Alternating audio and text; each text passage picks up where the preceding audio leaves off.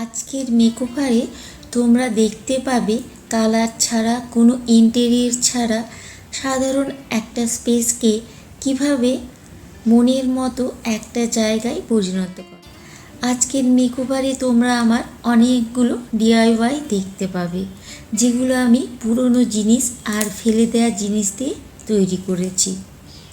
আমার অনেক দিনের একটা ইচ্ছে ছিল, ঘরের কোণে এরকম একটা জায়গা হবে যেখানে দিন শেষে আমি প্রাণ খুলে নিঃশ্বাস নিতে পারবো। আমি কবিতা লিখতে বা পাঠ করতে কোনোটাই পারি না, তবু এই মেকওভারটা করার পর কেন জানি আমার মনে হলো সেই কবে থেকে যেন এমন একটা জায়গা নিজের জন্য খুঁজছিলাম, যেটা শীতের সকালের মতো ঝলমলে হবে, যেটা বর্ষার দুপুরে মন কেমন করা মেঘলা আকাশ হবে, আবার হারিয়ে যেতে চাওয়া গ্রীষ্মের বিকেল হবে, যেন দিন শেষে ক্লান্ত পাখি নিরে ফিরে আসার মতো একটা ছোট্ট আস্তানা হবে, যেখানটাতে বসলে মনে পড়বে ছেলেবেলার সাদা পাতায় আঁকি উঁকি কাটা দিনগুলি, কিংবা রায় কিশোরীর চোখে উৎসবের রং মেখে সাদা পাতায় আস্তরাগে কবিতা সাজিয়ে ফেলা, কিংবা আটপৌরে জীবনযাত্রায় মেনে নেওয়া, মানিয়ে নেওয়া, হিসেব নিকেশ কষা। নমস্কার বন্ধুরা, আয়ুষিস ডিআইওয়াই কর্নারে তোমাদের সবাইকে স্বাগত। আশা করছি তোমরা সবাই ভালো আছো, আমিও ভালো আছি। তো চলো আজকের ভিডিওটা শুরু করি। এই ব্যাম্বু স্ট্যান্ডটা আমি অ্যামাজন থেকে নিয়েছি। এরকম ডিআইওয়াই ফার্নিচারগুলো অ্যাসেম্বল করতে আমার দারুণ লাগে। ছোটোবেলায় যেমন পাজেল গেম খেলতে মজা লাগতো, এটা অ্যাসেম্বল করতে আমার অনেক কম সময় লেগেছিল। খুবই ইজি এটা অ্যাসেম্বল করা। একা হাতে এটা করেছি বলে আমি পুরো ভিডিওটা করতে পারিনি, কেননা বারবার আমাকে অ্যামাজন অ্যাপ থেকে এটার ভিডিও দেখতে হচ্ছিল, না দেখে তো এটা করা যাবে না। যাই হোক, নিজের হাতে এটা ঠিকঠাক অ্যাসেম্বল করে পাজেল গেম সলভ করার মতোই আনন্দ হচ্ছিল। এই ট্রাঙ্কটার বয়স 50 বছর। আমি লকডাউনের সময় মায়ের বাড়ি থেকে নিয়ে আসি এটার মেকওভার করব, কারণ তখন এরকম ট্রাঙ্ক এর লুক চেঞ্জ করার ট্রেন্ড চলছিল, আমি ইনস্টাগ্রামে দেখেছিলাম।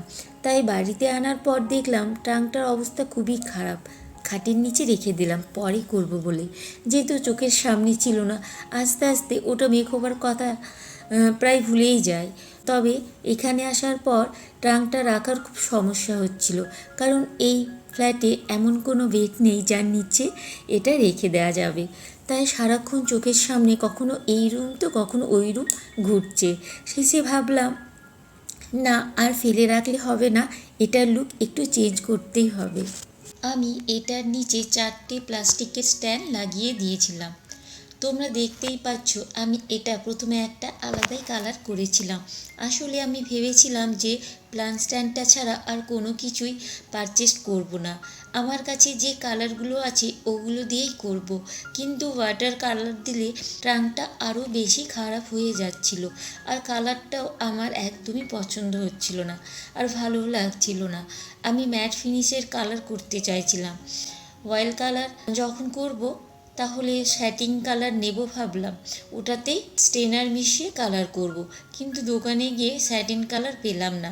তবে দোকানদার দাদা বললেন উডেন সাদা পাইমার নিয়ে যান, ওটাও ম্যাট ফিনিশ দেবে। দামটাও দেখলাম অনেক কম পড়লো। ওর মধ্যে আমার আগের স্টেনারের সাথে মিশিয়ে কালারটা করলাম। খুব সুন্দর কালার হয়েছে। হোয়াইট মার্কার দিয়ে একটা নর্মাল ডিজাইন ড্র করছিলাম, সাধারণ নর্মাল একটা আঁকা, সেটাকে কত কেরামতি করছি। শেষে নিজেই সেই তুলি দিয়েই আঁকতে হলো। যারা ছবি আঁকতে জানো বা যাদের আঁকার হাত আছে তারা চাইলে অনেক সুন্দর সুন্দর ডিজাইন করতে পারো।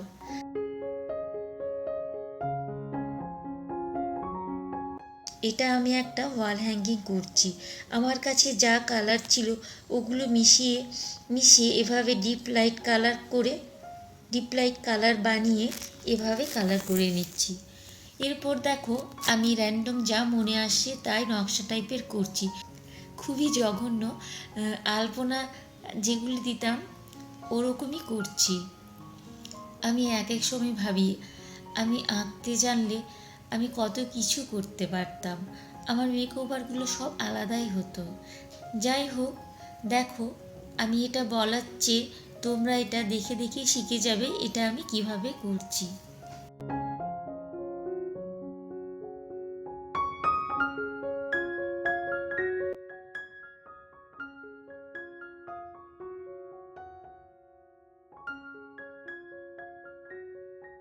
হ্যাঙ্গিং সেলফটা আমি একই রকমভাবে স্টিক করছি, শুধু মাস্কিং টেপের বদলে এখানে আমি ব্যাম্বু স্টিক ইউজ করছি।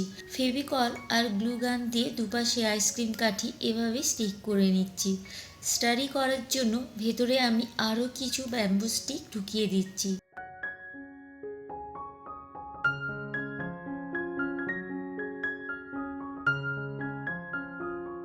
হ্যাং করার জন্য ম্যাক্রেমির থ্রেড ইউজ করছি, আর ওই থ্রেডের মধ্যে 5টা করে উডেন বিট ঢুকিয়ে নিচ্ছি, যাতে সেলফটা দেখতে আরও সুন্দর লাগে। এই বোতল প্ল্যান্টারটা আমি প্রথমে হোয়াইট কালার করে নিচ্ছি। এটা যতক্ষণ শুকাবে ততক্ষণ আমি এই মাটির গ্লাসগুলোতে সাদা মার্কার দিয়ে আলপনার মতো নকশা করে নিচ্ছি। এটাতে প্লান্ট আছে বলে আমি আমার জঘন্য আঁকাটা ঠিকভাবে দেখাতে পারছি না। আমি বুঝতে পারিনি যে ভিডিওটা ভালো করে ঠিকভাবে উঠছে না। আমার পুরনো ডিআইওয়াই এই প্ল্যান্টারের ওপর আমি একটা টুকরো কাপড় স্টিক করে নিচ্ছি। ম্যাক্রেমির থ্রেডগুলো শেষ হয়ে গেলে এর ভেতরে এরকম রোল টাইপের পাওয়া যায়, এগুলো আমি ফেলে দিই না, রেখে দিই। একটা পুরনো প্লাস্টিকের ডিব্বার পেছনে আমি গরম ছুরি দিয়ে হোল করে নিয়ে ওগুলো এভাবে ঢুকিয়ে দিয়েছি। এরপর পুরনো কাপড়ের একটা টুকরো এর মধ্যে স্টিক করে নিচ্ছি।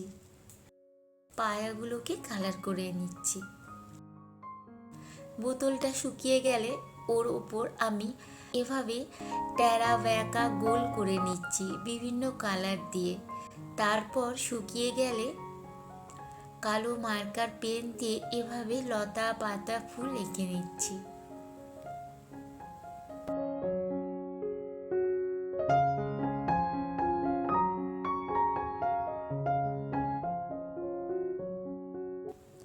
এটা সেই ঝালরটা যেটা আমি ল্যাম্প সেটের ওপর লাগিয়েছিলাম, ওটাকে খুলে এনে এটাতে পরিয়ে দিচ্ছি।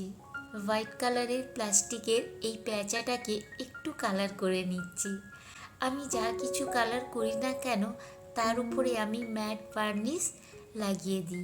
এই ডিআইওয়াই প্ল্যান্টারও পুরনো হয়ে গেছে, এটাকে ফেলে না দিয়ে এটার ওপর কাপড় স্টিক করে দিয়ে আবার নতুন করে নিলাম। মনস্টেরার রুটগুলোকে আলাদাভাবে বোতলে গ্রো করে নিয়ে এবারে এটাকে আমি আলাদা করে নিচ্ছি। একটা থেকে এবার আমার কাছে দুটো মনস্টেরা প্লান্ট হয়ে গেল। চলো এবার ঘরের মধ্যেই একটা মিনি গার্ডেন বানিয়ে ফেলি। প্রথমে প্লান্টার স্ট্যান্ডটা রেখে তার ওপর একে একে আমি প্লান্ট সমেত প্লান্টারগুলো রেখে দিচ্ছি। তোমরা দেখতে পাচ্ছ আমি বারবার প্লান্টারগুলোর স্থান পরিবর্তন করছি, কেননা কিছুতেই আমার মনের মতো হচ্ছিল না বলে।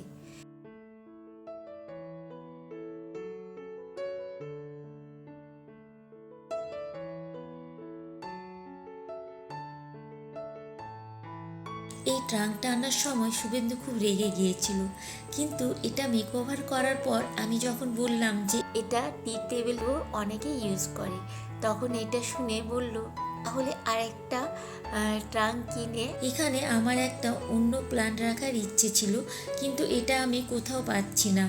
কলা গাছের মতো লম্বা লম্বা পাতা হবে। এরপর আমার সব ডিআইওয়াই প্ল্যান্টারে প্ল্যান্ট রেখে এভাবে সাজিয়ে নিচ্ছি।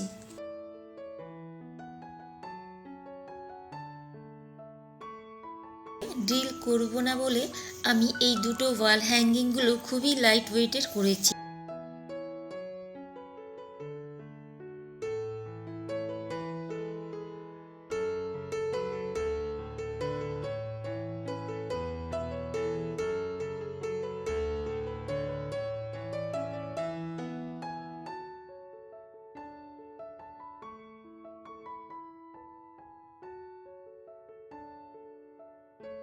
আর এটা হলাম গিয়ে আমি। এরকম চারিদিকে গাছেদের মাঝে আমারও এভাবে ল্যাদ খেয়ে শুয়ে থাকতে ইচ্ছে করে। চলো এবার ফাইনাল রিভিলটা দেখে নিই।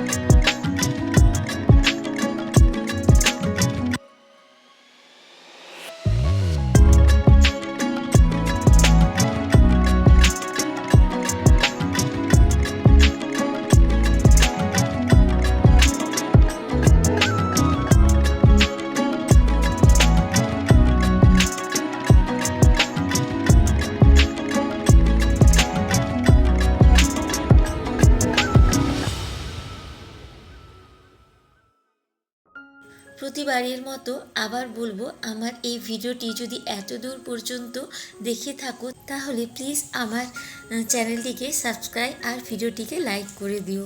পরের সপ্তাহে মানে নেক্সট যে ভিডিওটা আমার আসবে সেই ভিডিওতে আমি যেটা করছি সেটা আমি এর আগে কোনো দিনও করিনি, এই প্রথম করব। জানি না কতটা সাকসেসফুল হব। তো যাই হোক, ওই ভিডিওটার সাথে সাথে দেখতে চাইলে পাশে থাকা বেল আইকনটিকে প্রেস করে রেখো, তাহলে প্রতিবার আমি ভিডিও করলে তোমরা সঙ্গে সঙ্গে তার নোটিফিকেশন পেয়ে যাবে। কেননা আমি আমাদের এই র ফ্ল্যাটটিকে নিজের হাতে কালার করে, নিজের সব ডিআইওয়াই দিয়ে, নিজের ক্রিয়েটিভিটি ইউজ করে ধীরে ধীরে সাজিয়ে তুলছি, খুবই কম খরচে আর বাড়িতে পড়ে থাকা জিনিস দিয়ে।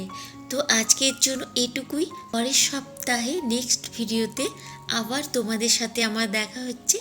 ততদিন তোমরা সকলে ভালো থাকবে।